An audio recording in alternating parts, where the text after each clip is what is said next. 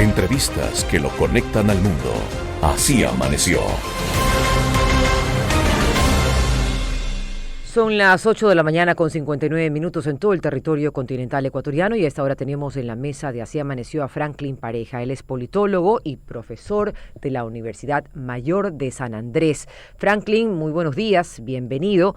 Hay tensión en Bolivia tras la detención del gobernador de Santa Cruz por su presunta participación en el golpe de Estado en el año 2019.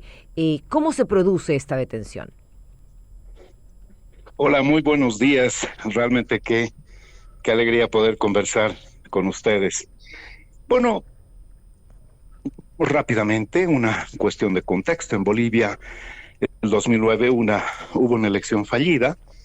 El expresidente Morales renunció, pero se ha creado una doble figura donde pues se ha instalado el hecho de que ha habido un golpe de Estado. Y desde otra visión, lo que ha habido es una insurrección popular ante un presidente que violó sistemáticamente la Constitución.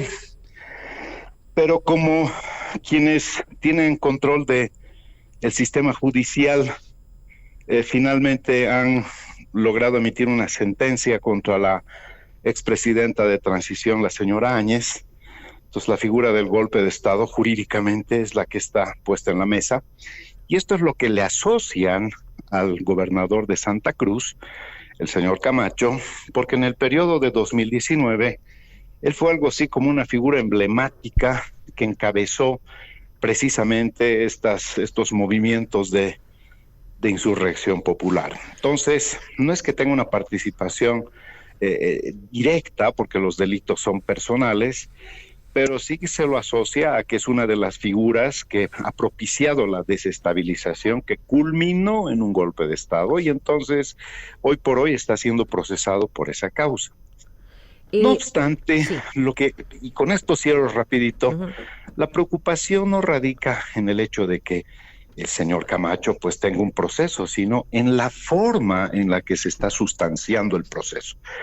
Y bueno, te escucho para que vayamos dialogando. Sí, justamente, Franklin, Jeanine Áñez, quien fue presidenta después de la renuncia de Evo Morales, está hasta el momento detenida, después justamente acusada de ser quizás una de las líderes de este golpe de Estado. ¿Cómo se encuentra el país al momento? ¿Hay un país fraccionado, dividido en quienes apoyan justamente las acciones de la Fiscalía y quienes las rechazan? Sí. Hay un país polarizado, un país donde no se puede pensar que hay una corriente mayoritariamente en pro de una u otra idea o posición política. Ciertamente Bolivia es un país igual que el Ecuador, que tiene todos los pisos ecológicos, desde las tierras bajas hasta tierras altas. Y las tierras altas, que son el occidente de nuestro país, son más afincadas a una posición pro gobierno, pro movimiento al socialismo, que es la fuerza oficialista, y las tierras bajas, que le llamamos el oriente, son básicamente el bastión opositor, tradicionalmente opositor. Es una región económicamente muy próspera, hoy por hoy es la región más próspera de Bolivia, su densidad demográfica ha crecido de tal forma que en 10 años más va a tener más del 50% de la población boliviana, y esto está reconfigurando las relaciones de poder en el país.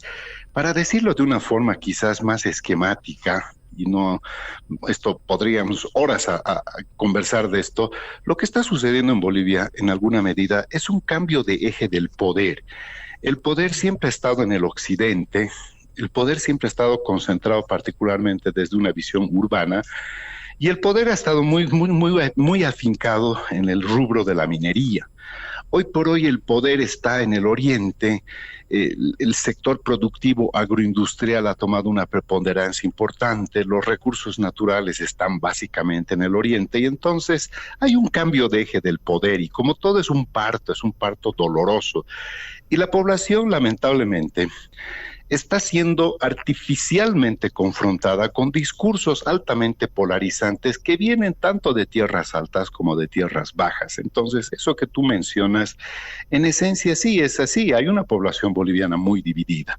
No hay un criterio compartido. No te puedo decir, todos están lamentando el día de hoy que Camacho haya sido detenido. No, porque hay una gran cantidad de bolivianos que lo están celebrando, claro. Así como hay otra cantidad de bolivianos que pues lo están censurando. Justamente respecto a quienes censuran esta detención, ¿qué ha sucedido en Santa Cruz después de la detención de Luis Fernando Camacho? ¿Se han dado manifestaciones, se han dado revueltas en contra de la detención del gobernador del departamento de Santa Cruz?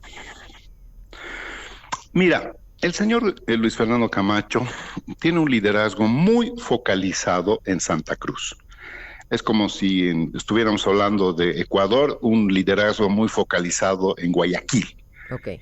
¿Vale? Y Quito sería el parangón de La Paz. Okay. Y Cuenca sería el parangón de Cochabamba en Bolivia.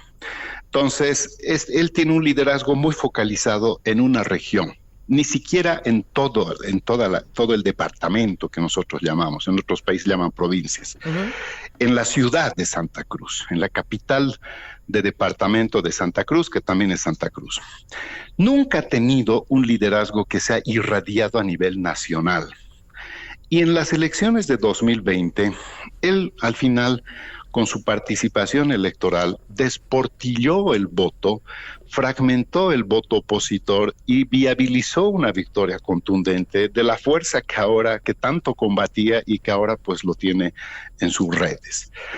Al mismo tiempo, como autoridad de gobernador, su desempeño es muy pobre. Pero cuando vienen estos momentos de confrontación con el gobierno mismo lo reposiciona, lo fortalece nuevamente y lo están convirtiendo en algo así como una figura heroica, cuando en el fondo no tiene ni lo uno ni lo otro.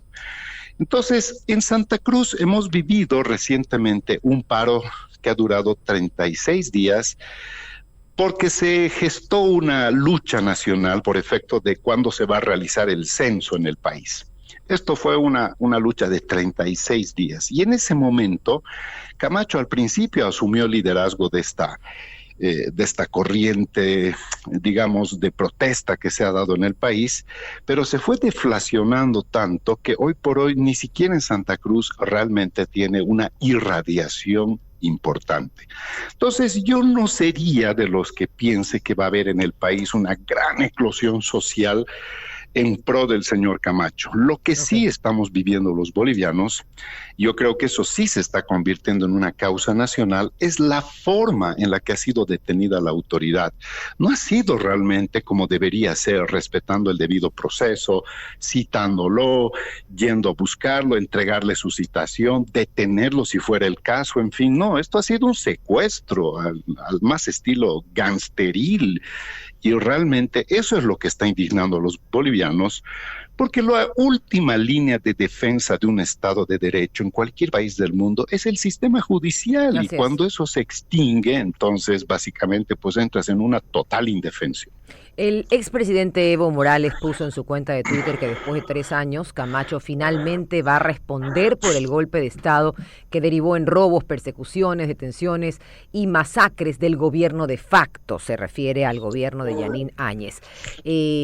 Después, obviamente, pues del gobierno de Yanín Áñez vino el gobierno de Luis Arce, que está actualmente en funciones y que dicen algunos que es el heredero de Evo Morales. Realmente, ¿cómo es la cosa, Franklin? La Fiscalía está quizás realizando una persecución política a todos los opositores de Evo Morales o a todos los enemigos políticos de Evo Morales.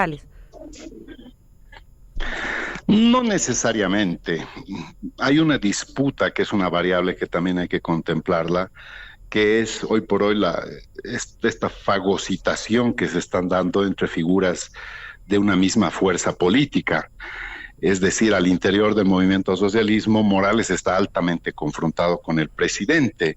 Morales es una persona adicta al poder, no la está pasando bien desde el palco, Él quiere someter al presidente a su jefatura, en el entendido de que es un militante más de su partido, inclusive al grado de querer someter la Constitución al estatuto del partido, porque las decisiones partidarias las quiere proyectar como si tuvieran una cuestión vinculada a cumplimiento obligatorio. Imagínate ese despropósito, que el estatuto de un partido esté por encima de una constitución, ya te muestra un poco el fuste autoritario de Morales. Pero bueno, independientemente de eso, hay una confrontación interna, porque lo que da la sensación es de que el señor Morales y el señor Arce Catacora pues están peleando la candidatura del 2025, y entonces ahí se acabaron pues las buenas formas al interior de ese partido, se acabaron las grandes amistades, y ahora son contendientes políticos duros. Y entonces Morales tiene, obviamente, en el escenario político boliviano una cantidad de figuras a las cuales quisiera exterminar en términos políticos, pero su verdadera rivalidad, han dejado de ser estas figuras otrora opositoras, y sus verdaderos enemigos hoy por hoy son de su mismo partido, y entonces perturba la gestión del presidente Arce Catacora. Y Arce Catacora ha dejado de ser algo así como en su momento tanto se pensaba que era el delfín del señor Morales, que Morales lo puso para que le cuide la silla.